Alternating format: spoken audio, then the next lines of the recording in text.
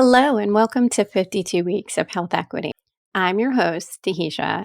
I am so happy today to have the privilege of chatting with Ess Hodlmoser, who will be talking about breaking barriers, health equity, being a self employed artist, the joy of circus performing, the challenges of being viewed as different, and also what it's like to have intersecting historically marginalized identities and that experience when it comes to access to health.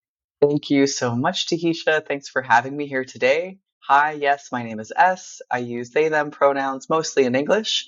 He, him pronouns are good too, especially if you're speaking in a language where neutral options are a little trickier. I am an artist. A performance artist is probably the best way to describe the mixed bag of what I do. I have been a professional circus artist working in Canada and abroad internationally in Europe and China and the United States for about the last, time is hard, 7 years, 7 years now. And that's about the same amount of time that I've also been maintaining self-employed work through the film and television industry in Canada. Firstly, as a stunt performer, so doing stunt performance and stunt doubling, and then kind of drifting accidentally into some acting and voiceover work for video games as well, which all trickled out through stunt work. I am an autistic person. I'm late diagnosed as an adult.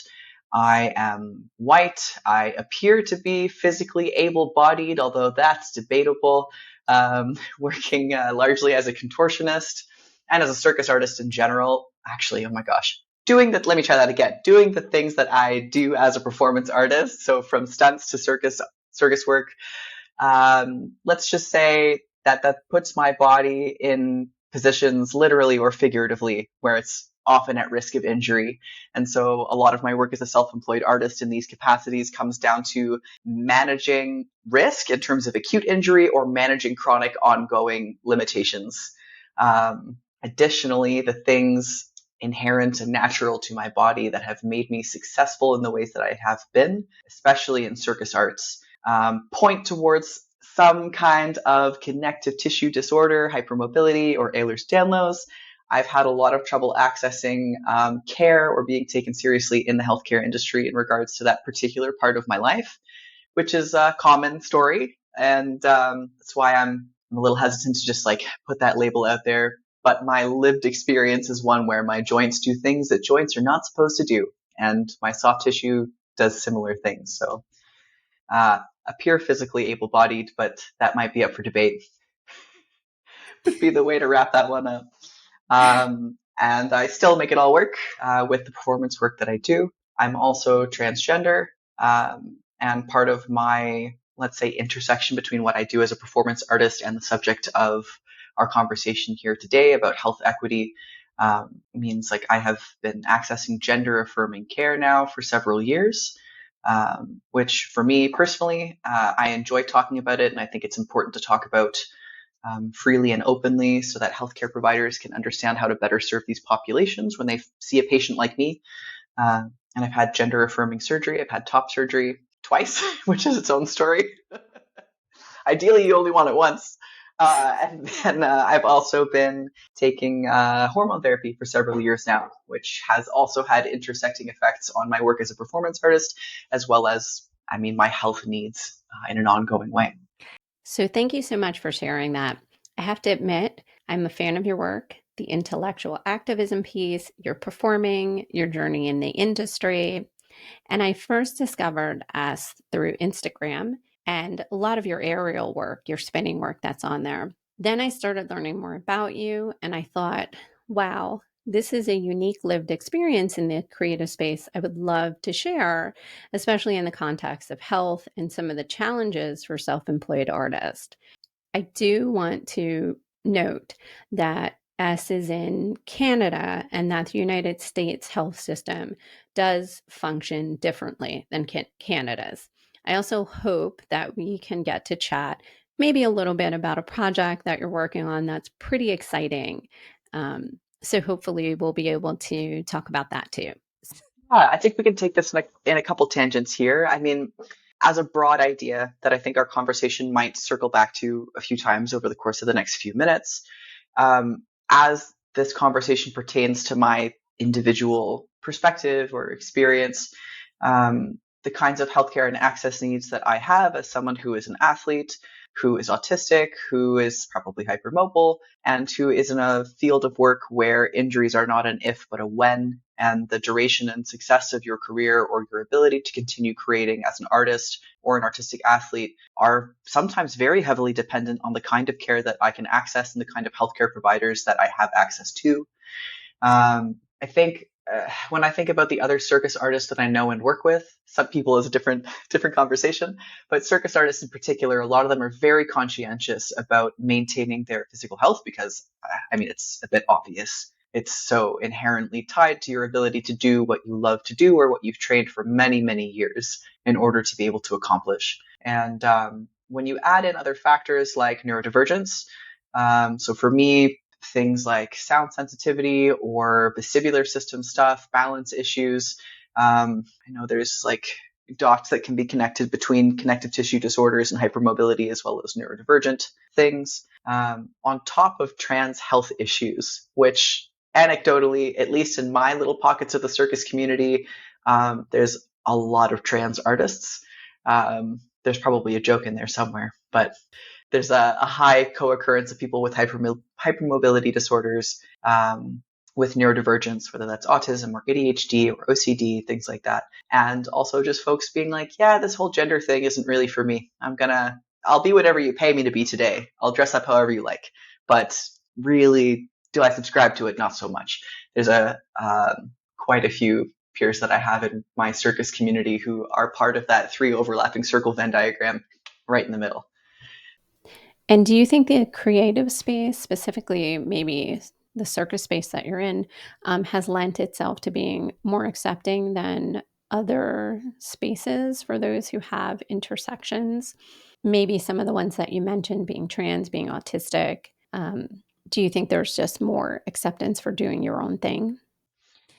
It's so dependent on where you are. I mean, I didn't do theater training or dance training. Like I came into circus quite late, actually, like in my mid 20s. And yes, I am in Canada. I'm largely in Toronto and Montreal, but circus can be quite an international mix of people, depending on what city you're in. So like there's very robust circus communities in Vancouver, Toronto, Montreal, but Montreal tends to be quite international because you have artists coming from all over the world to train at the specific facilities that are there, or the Cirque du Soleil international headquarters are there, and so you naturally get this like injection of people coming from different countries and specializing in different disciplines. So Montreal becomes a bit of a hub for these things for that reason. That's one of the reasons. And like when you have a very diverse and international community, you're going to have like a similar diversity of intersectionality. So of people's racialized experiences, sexualized experiences, attitudes towards sexuality, attitudes towards religion, attitudes towards social norms. Like by and large, when I'm in a very internationally diverse space as it comes to circus, it's nonetheless professional. It's not always, I won't say it's always warm. Like that would be painting it, I think, with, I'm mixing my metaphors. I was going to say with too rosy a hue, but that would be rose-colored glasses. That would be a little bit too simplistic a way to look at it. At least in my personal community, the one that I find in Toronto and in my training spaces in Montreal, people are very warm, very friendly. And in terms of like something that I think a lot of our fellow neurodivergent friends could relate to, the thing that, in my opinion, makes it that way is the shared special interest of circus.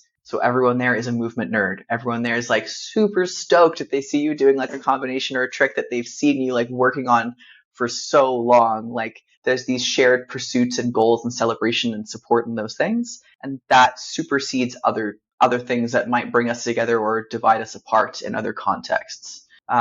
It's not always okay. I've definitely been in training studios and situations where people are not comfortable having a trans artist around. But that is something I'm used to, even as someone who is in Canada, which has very liberal and progressive views in the big global picture of things towards trans folks. And even living in Toronto, which is an incredibly liberal urban space. And I live downtown as well, which further amplifies those things. Like I'm a stone's throw from the gay village here in Toronto. Nonetheless, even with all these factors, there's still spaces that I go into regularly where I feel uncomfortable or unsafe as a trans person, or as an autistic person, where I'm like, if I can't mask at a high enough level today, I don't want, I don't know. I'm just not going to leave the house today kind of thing. So you mentioned masking and you pointed out masking at a high level, high enough level. For our audience who may not know what masking is, it really is when a person might either consciously or subconsciously feel like they need to hide their authentic self in order to appear more acceptable. It becomes an effort to be in that space, to just enjoy the people around you because you have to pretend, and that takes energy. So sometimes a lot of energy. For people with multiple, perhaps historically marginalized identities, there might be multiple layers of masking going on. So maybe it's being neurodivergent and trans. And so there's these layers of that. I was going to say is that at least conversations that I see online or can hear online around masking or unmasking or whatever, it almost approaches it from this siloed perspective of like autism or ADHD unrelated to like the other things that socially mark our existences. So it's like, especially around conversations of gender, it's like if I'm going to go out to the store, I also, at this point in my life, at this point in my transition, which maybe I could broadly categorize as coming down to age. So, how old does someone think I am? And also, given my voice or my physical stature, which changes depending on what my circus training has focused on, it's changing because of testosterone as part of my hormone therapy. Does somebody think that I am a man, or does someone think that I'm a woman? Do they think that I'm a young man? Do they think that I'm a masculine woman? Are they making assumptions about my sexuality if they think that I'm a woman and I'm the way that I look? Or do they make assumptions about my sexuality if they think I'm a young man and the way that I look? All of these things like layered together, but it's like gender is not just like constructions of normalcy around gender have all these other layers to it in relation to our other identity markers that also affect healthcare things. So it's like a Black woman's womanhood is going to be held or considered and scrutinized in a very different way than like mine would have been when I was being read as a white woman. And so it's like, as it comes down to like masking and autism, you not only have to ask yourself like, what is quote unquote normal for like this space that you're going into, which might be different every time. And then God help you if you're traveling, which happens a lot as a performance artist because it's going to be different culturally and linguistically. But then additionally, you're like, so who's in the room? What's the majority in the room? And then like, what is their perception of me and all the ways that I'm physically and showing up, because we take visual markers as cues for the quote unquote normative behavior that we expect to come from someone. So it's not just masking and unmasking, like there's a monolithic normalcy because it's constructed socially in every single space that we go into, in the same ways that our race and sexuality and gender are constructed socially in every single space we go into. So you can't even just be like, cool, I'm just going to put on like the same version of me that I put on every day. You always have to like scrutinize and have like a kind of low level, it sounds like an oxymoron, a low level hypervigilance of like evaluating the space that you're in and hope that you've done it correctly. And if you're sick or if you're tired or if you're stressed, then I think the likelihood of that going well might decrease. And in its most extreme case, you know, I'd say like we're worried about our physical safety. So if your performativity doesn't match, the worst case scenario comes down to like physical violence, right? Like a threat to your physical health or safety. But there's other things as it relates to like our lives and livelihood and health that are a little more innocuous, but no less degrading over time. So when I think about this as a performance artist, I'm always thinking like as an autistic artist, and then also now as a trans artist, I'm like, okay, as I go into this space, if I don't do this conversation correctly, am I decreasing the likelihood this person's going to want to work with me again? And it's not because I don't know how to be professional, or I don't know how to speak well, or I don't know how to, most of the time, do the correct amount of eye contact.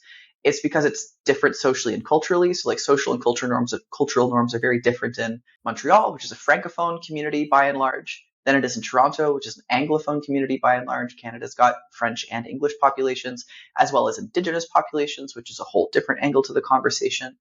But it's like, if I don't do this correctly, if I don't mask well enough, and additionally, if I don't perform my gender well enough for you in a neurotypical way, then am I making you uncomfortable, even in a way that the other person might not be consciously clocking? And in film, in stunts, in circus, in all of it, corporate, commercial, whatever it happens to be, like as a performing artist, I think a lot of us, myself included, are raised with this notion that it's a meritocracy. So the best performer gets the job. The best actor gets the job. The toughest stunt person gets the biggest gag. The best, most technically and artistically proficient circus artist gets to work for the big golden contract with the company they've always wanted to work for. But with everything in life, it's so much more than this. And it really comes down to our social connections, whether people think of it that way or not. You could say that it's nepotism, and sometimes it is. We like to hire known quantities. People hire their family members, yes, but they also hire their friends. Nepotism, but also partly because it's less of a quote unquote risk because that person's a known quantity. So if we go out into the world and we haven't masked correctly, we come across as an unpredictable or unknown quantity, there's just like one more tick on the no tally side of like, do I want to hire this person again? Would I consider them for the next job? Are they going to be easy to work with? There's this phrase in, oh God, what is it? I've heard it used in philosophy. It's used in something else. I want to say it's something to do with media studies, but about like the smoothness of what we consume. So in user design, like when someone's designing an app that we scroll through, I've heard it referred to as like, is it a smooth experience? So the opposite of that would be like if the color scheme makes it really hard to see the text, or it's not clear where the buttons are that you're supposed to click on, or it's really hard to navigate to the part of the menu on the website that you need to find most often. That would not be a smooth experience. And so a good user designer is trying to design an experience when you scroll through a web page or a phone that like is the easiest possible kind of sequence of events that you're most likely to follow. And I think about that all the time when I'm interacting with people in real life, especially when it's in a creative context. And frankly, also in healthcare environments, like when I have to go to an ER or when I'm in a new doctor's office or something like that, where I'm like, if I don't make it a smooth user experience, this is going to come back and bite me in the ass. Like there's so much pressure to do it correctly, which then leads to like perfectionist and obsessive tendencies, which is also a bit of a common risk factor for folks in the neurodivergent bucket. So I'm so glad you went down the path of how nuanced masking can be. And there's so many different layers, and you're thinking about so many different things when you're doing it. As someone who is a high masker most of the time, I know in different spaces I will do it well and I will do it not well in other spaces. Like when you said the known quantity. So for me, the known quantity is healthcare, right? So I know how to mask. If I'm being a nurse educator, I know exactly what's expected of me. The flip side is that if being a patient, I also know how healthcare reads and looks at patients. So it's almost like I have a hard time masking when I end up being a patient because I have all of these insecurities about what are they thinking about me? How should I present myself? Am I presenting okay? And so when you were saying all of these things, I was thinking, oh my gosh, these are so many of my anxieties. These are all of the things that I'm wondering, did I do it right in the space? There's a lot to think about.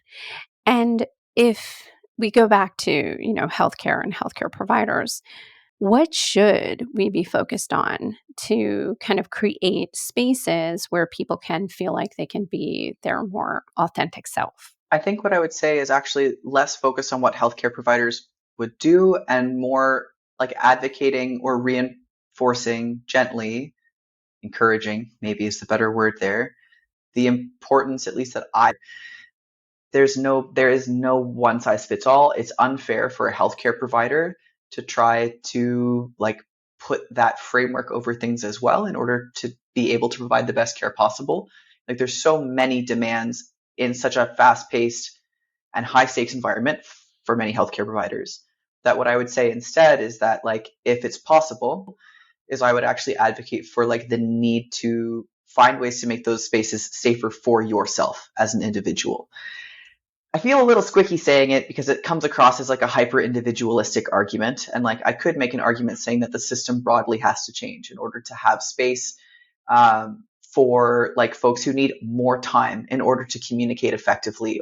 But where I'm coming from in this moment is just kind of going, okay, well, this is what it is. And let's imagine that it doesn't change in my lifetime or in the immediate future. So what I would say actually is the only thing that has frankly brought me any like modicum of reinforcement or comfort is being like, okay, well, what can I do to reduce these like stressors? So having something that you've made for yourself that isn't quite so dependent on somebody else understanding you and giving you permission or bestowing humanity on you is life saving and sanity saving. So if you're like, yeah, well, I'm totally gonna try to put myself out there and get these larger commercial contracts because they can be quite lucrative, and you need a variety of contracts in order to make a living as a self-employed artist a lot of the time, although it fluctuates a lot, which as an autistic person who loves consistency and routine, this life that I've found myself in is hilariously mismatched.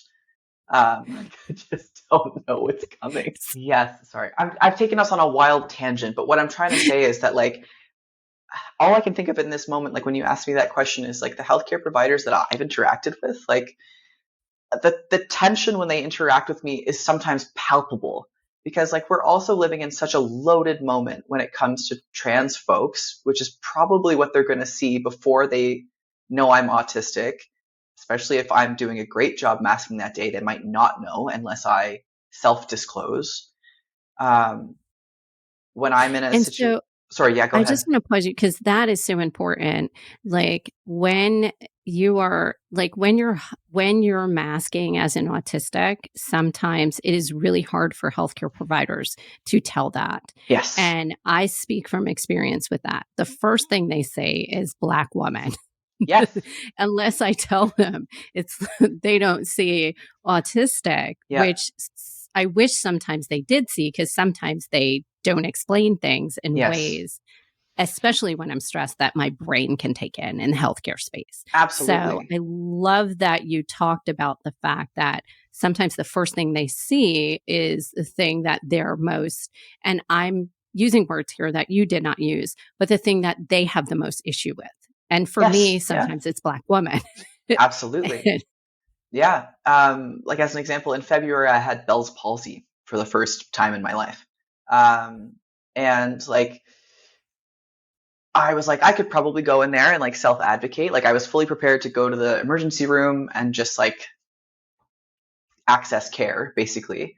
My sister happened to like be on the phone with me when I'm like, oh, half of my face isn't moving. And she was like, go to the hospital right now. And I'm like, okay. Um, and like, I was reflecting on this. You actually just made me think of this in a different way. This was one of the only times I've ever gone to the emergency room with someone there. And my older sister was like, I'm going to come with you in case you're stressed and you have like a nonverbal episode. And I know the autistic community is like, has ways they prefer folks to talk about like selective mutism and being nonverbal in general and things like that. So if I am using something that's outdated, I apologize for that. But uh, And to what? the audience, when we talk with guests use their language, and we always want people to feel the most comfortable. Okay. So Okay, I great. know my language is not always appropriate how I describe myself. So Okay. Okay. feel comfort. Okay. So like I my late diagnosis, I've been working with like a kind of like an occupational therapist to like retroactively analyze my life and all the things that I struggle with a lot as an autistic person that I just like quietly internalized and instead was like, well, I guess I'm just a crappy person or like I can't do anything or like I'm lazy. Like all of the terrible, terrible like self-worth eroding things that can totally happen if you're like don't know that it's because you're autistic and like of course you're going to have a problem with it because you're autistic. I digress. One of the things that I've been like, "Oh, in certain situations I cannot speak." Which most people either just don't believe or they express a lot of disbelief over because I'm quite articulate a lot of the time.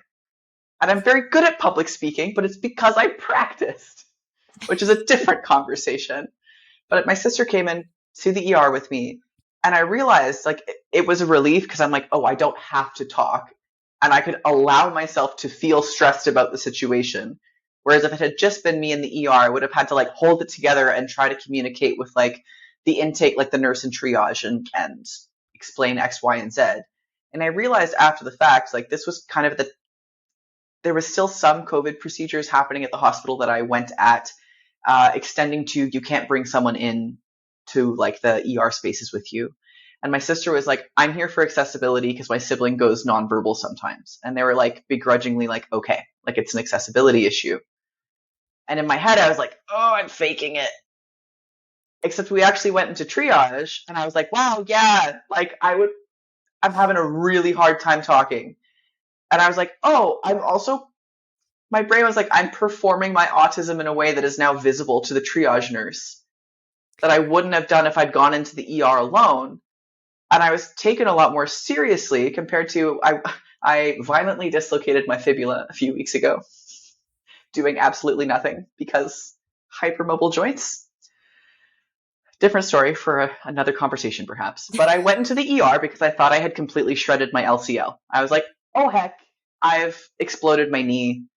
This is bad. I have one of the most important contracts of my career so far coming up. I don't know what to do. Like I was quite distraught. But I have badly hurt myself many times in the course of my career, and so I was like, well, time to go to the ER. I need imaging. The company I'm going to work for will want medical imaging if it's something that means I cannot complete my contract. Like there was not legal obligations, that would be the wrong way to say it, but professional obligations to go and seek like documentation and care. And I was like, oh God, okay. And I went in, and this is like a sidebar. It changes literally day to day. It changes city to city. It changes from person to person, but I'm at a point in my outward appearance or my transition, whatever the frick you want to call it, where some people are very, very convinced that I'm a guy and some people are very, very convinced that I'm a girl. And I'm also at a point where if it's a short interaction, I'm like, yes, like I just don't care. As long as it's like a respectful interaction, I'm about to make things so much worse for myself autistically if I correct someone. And at this point, I'm like, what's the point in even correcting you? Like, I'm not going to talk to you again. And do you know what I mean? Like, instead, my brain just shifts gears and I'm like, oh, you think I'm that? Great. That means I have to do this. And so when I went in for my dislocation, the nurse was like, you are a woman. And I was like, okay, sure. But I was like, I've had this stuff happen before. They were like, we're going to send you to x-ray. And I'm like, no, there was no dynamic load. I have not broken any bones. I literally have it on video. I was recording. And the intake nurse wrote down the wrong leg and the wrong joint. Stop telling them what happened. You know too much now. And they have literally, they're just like, ugh. Yeah, that is what happened. Imagine what happened. Yes, but wait, because when I've got in before and someone thought I was a young man and they were like, okay. And they immediately were like, we're going to do this, this, and this. And I was like, great. Did they take you more seriously when they thought you were this is my long-winded way to build up. The nurse that I ended up seeing was like, you're a woman. And I was like, sure. I care about my knee more than my gender at this moment. So whatever, like I could give a crap. And I was like, I need a soft tissue. I need imaging. This is my job. It's my livelihood. It's really important. And I also like need it for work. I don't need an MRI. There's a 6-month waiting list for that. I just need an ultrasound. And she was like, you're going to have an x-ray. And I was like, cool. Do we do an ultrasound after that? And she's like, you can't just come in here and demand what you want. And I was like, no. Like immediately it was like, autism freak out. Cause I was like, I didn't think I was being demanding. Like I was speaking in like the right volume and the right tone of voice. And like I fixed my face and my body language was appropriate. I was like, no. Like I didn't mean to be demanding. And my mom was a nurse. So I'm also like the thing that you were talking about at the beginning of our conversation where like your brain as nurse educator is different than your brain as Tahisha the patient. So like yes. I'm thinking about all this and I'm like, oh no, I pissed off the nurse. Like, oh my God, she's just like has day after day of like having the hardest freaking job in the world dealing with miserable, sick, injured people who are probably disrespectful to her in the middle of a global pandemic. And now she thinks I'm being demanding, but it was just because like I wanted to make things efficient because she has so much to do. And now she thinks I'm being a dick.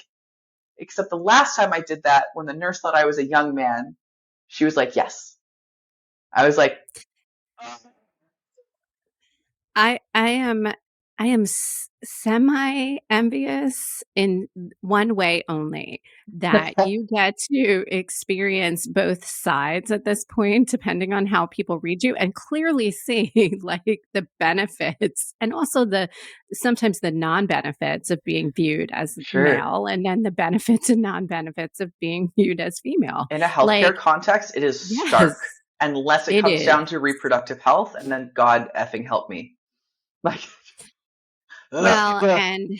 and I will say you are lucky because, you know, not in the sense that a knee dislocation is not serious, No, no, but no. imagine like going in with like cardiac and being read as a woman, and they're like, "Yeah, I don't think you're really having a heart attack." Well, Like, honestly, so this is let's a go step by step. yeah, this is a different tangent, but like I You have to renew my did. passport this year. So Canada has 5 year and 10 year passports, and I have like my legal name change underway, and like that's going to be good. But part of that is also deciding if I should change the sex marker on my passport. Canada has the option for X. You can have that on your driver's license. You can have it on your passport, which is cool if you're non-binary, but it's not that cool if you're a circus artist who works internationally and is non-binary because it means you effectively bar yourself from entry to, I'm going to say, a lot of countries in the world who don't recognize that as a valid marker on your passport. So, like, I can't do that. I can't, not at this point in my life. I also can't change it on my driver's license and not change it on my passport because now I have documentation that doesn't match. So if I'm in another country and they want to see something else and it doesn't match, that's a problem. And then what's my other alternative? Like, do I change my sex marker to male? But then I haven't had any kind of major abdominal surgery or what you would commonly refer to as bottom surgery in terms of like gender affirming healthcare, mostly because it was a massive like risk and sacrifice to have gender affirming top surgery as someone already working as a circus artist. And the only reason why that went the way it went for me, which is to say positively, is because I had access to a extremely uniquely qualified healthcare practitioner by the name of Dr. Jen Crane, who I wanted to talk about Jen at the end of our chat in terms of like more resources for people. But I just lucked out into somebody who is extremely qualified with trans healthcare, extremely knowledgeable with circus artists, and then just like wicked smart, you know? And so I'm like, I don't see myself having any kind of further gender affirming surgery as an active performing artist. Like, the recovery time for an abdominal surgery that would cut through my abdominal wall is like, I literally can't even imagine it. If I wanted a hysterectomy, for example, if there's listeners who are like, what are you talking about? So, like, there is a variety of surgeries that you can have as a trans woman, a non binary person, a trans man, a trans feminine person, trans masculine, whatever, that are like grouped under umbrellas. And cisgender women also have some of these surgeries. Cisgender men also have some of these surgeries. We seem to get our panties in a real twist about it if it's trans people for some of these subjects, but that's also a different conversation. But let's talk about hysterectomies, for example.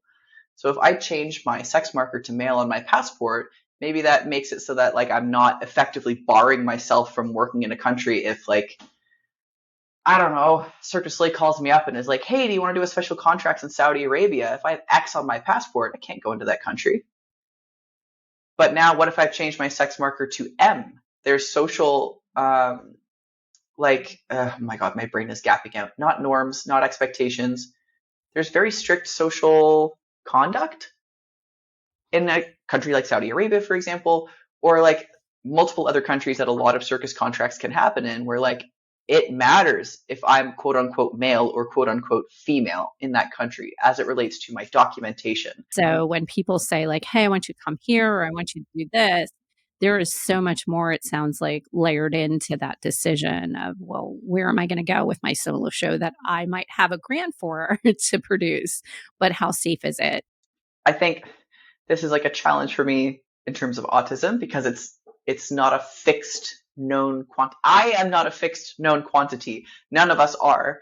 But sometimes as it relates to like my transition and the gender affirming care that I've sought and continue to seek, there's definitely like changes inwardly and outwardly in my body and my person that are very, very rapid and maybe unusual to see past like first puberty, right? Like, I'm 32. So like most people aren't going through a second puberty in their 30s You unless look they're trans. fantastic. Thank you. And that's where we pause this episode for part one. I know it's a bit of a cliffhanger. If you would like to learn more about Ess, their current projects, and how to support their work, please check our show notes. And if you love our podcast or even just like it a little bit, please subscribe and support. We'll see you soon.